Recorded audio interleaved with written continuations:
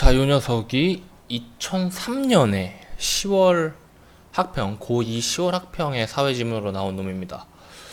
얘를 내가 지문 강의를 찍었던 것 같은데 찾아보니까 문제밖에 없더라고. 그래서 지금은 지문 해설인데, 그래프 문제가 하나 있을 거예요. 그림 나온 거. 그 문제는 따로 또 달아 놓든지 할게요. 자, 봅시다. 일단, 지문을 봐줘야 되는데, 뭐야, 이거 펜이, 컴퓨터 업데이트를 했더니 펜이 바뀌었네. 오케이, 됐습니다. 봅시다. 일단 1문단 봅시다. 무슨 말을 하고 있어요? 뭐, 복잡성, 맥락에서 뭐 파악을 했다. 이 브라이언이라는 아재가 경제를 불안정하고 예측 불가능하며 수학 체증 법칙이 적용되는 복잡계로 보았다. 이 사람, 그리고 복잡성 과학이라는 것이 이런 생각을 하고 있다는 거니까 이 기준으로 봤을 때 경제를 이미 정해져 있고 예측 가능하고 계산 가능한 것이라는 뉘앙스가 나오면 전부 틀린 말입니다. 여기에 반대되는 입장이 있고 그거를 옹호하는 발언으로 쓰이지 않은 이상은, 자, 그래서 이것은 신고전학파 경제학과는 완전히 다른 발상의 경제관이다. 제가 아까 말한 전부 다 틀린 말이라고 했던 말이 사실은 이 신고전학파 경제학에서 이야기하는 내용들이에요. 자, 신고전학파 경제학에서는 수학체감의 법칙이 적용되는 현실 경제는 안정과 균형, 예측이 가능하다. 반대되는 거죠. 복잡성 과학과. 그리고 이 사람들은 효율적인 기술이 합리적인 소비자들에 의해 선택된다고 주장한다. 그러니까 이론적으로 아주 완벽한 이야기들을 하고 있는 거예요. 그리고 여기에서 신고전학파 이야기가 여기까지 이야기가 일단은 이어지고 있는 것 같네요. 읽어봅시다.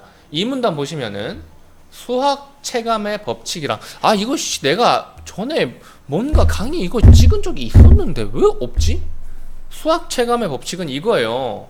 두 번째 먹은 사탕, 첫 번째 먹은 사탕보다 덜 달고, 비료를 2배 쓴다고 해도 수확은 2배에 미치지 못하며, 일정 수준 이상에서 늘어나는 수익성은 투자량에 못 미친다는 이런, 이게 무슨 말이냐면 일부러 이렇게 엄청나게 길게 설명을 해줬는데 결국은 이겁니다. 간단하게 이것만 생각을 하세요.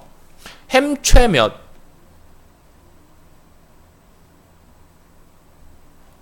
너 햄버거 최대 몇 개까지 먹을 수 있니? 몇 개요? 몇 개요? 하나요? 2개요? 3개요? 4개요? 10개요? 뭐 학생마다 다르겠죠. 사람마다 먹을 수 있는 개수는.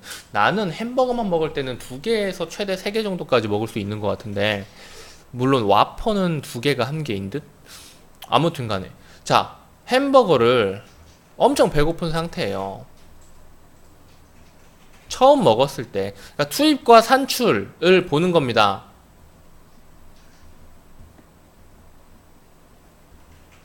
햄버거를 처음 내 배에 엄청 배고플 때 첫 햄버거를 내 배에 투입을 해줬어요. 너무 맛있고 너무 행복해. 100이라는 만족도가 있었어. 그런데 두 번째, 세 번째, 네 번째도 내가 무조건 다 처먹어야 돼. 먹고 먹다 보니까 10개째를 먹어야 돼요. 내 만족도는 100보다 높을까요? 낮을까요? 10개째 햄버거를 먹은 내 만족도는? 더 높다고 하는 사람은 지구에 몇 명 없을 거예요. 무슨 말인지 알겠어요? 나는 오히려 100보다 낮은 것에 그치지 않고 오히려 마이너스, 고통스러운 수준까지 갈 것 같아. 막 토하면서 먹지 않을까? 개워내면서. 이게 바로 투입 이구, 요게 바로 산출인 겁니다. 처음에는 햄버거 하나를 투입해서 100의 만족도를 얻었는데 10개째는 오히려 마이너스의 만족도가 나왔어요. 어떻게 된다고? 투입을 계속하면 산출은 점점점 줄어든다. 체감, 수확, 투입하는 것으로 인해서 수확하는 것이 점점 줄어든다라는 말입니다. 오케이? 나머지 부분 읽어보시면 됩니다. 수학 체증의 법칙이란 무엇이냐? 이걸 반대로 이야기하는 거예요. 무슨 말이냐면 햄버거로 생각을 한다면 햄버거로 생각을 하면 사실 말이 안 되는 거죠. 하지만 다른 차원으로 보면은 요 녀석도 말이 됩니다. 여기에서 주는 예시를 볼까요?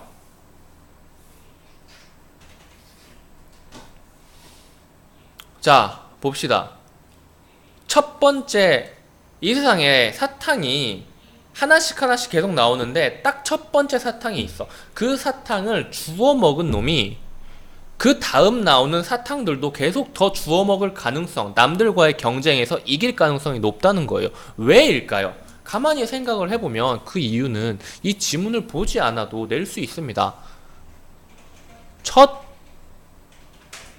첫 번째로 성공이라고 해볼까요? 첫 번째 성공을 하기 위해서 그 사람은 무엇을 했을까요? 다른 사람들과, 다른 경쟁자들과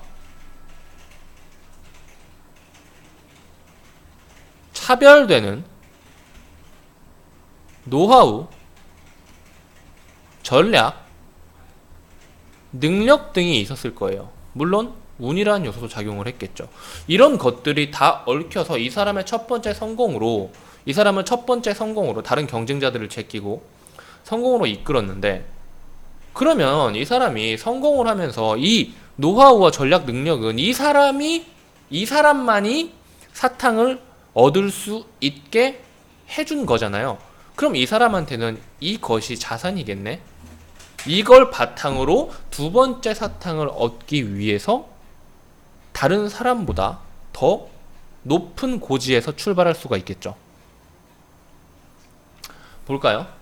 1970년대 중반까지만 해도 비디오 녹화 재생 방식에는 이런 방식이 있었고요. 이런 방식이 있었는데 많은 전문가들이 베타 방식이 더 우수하대.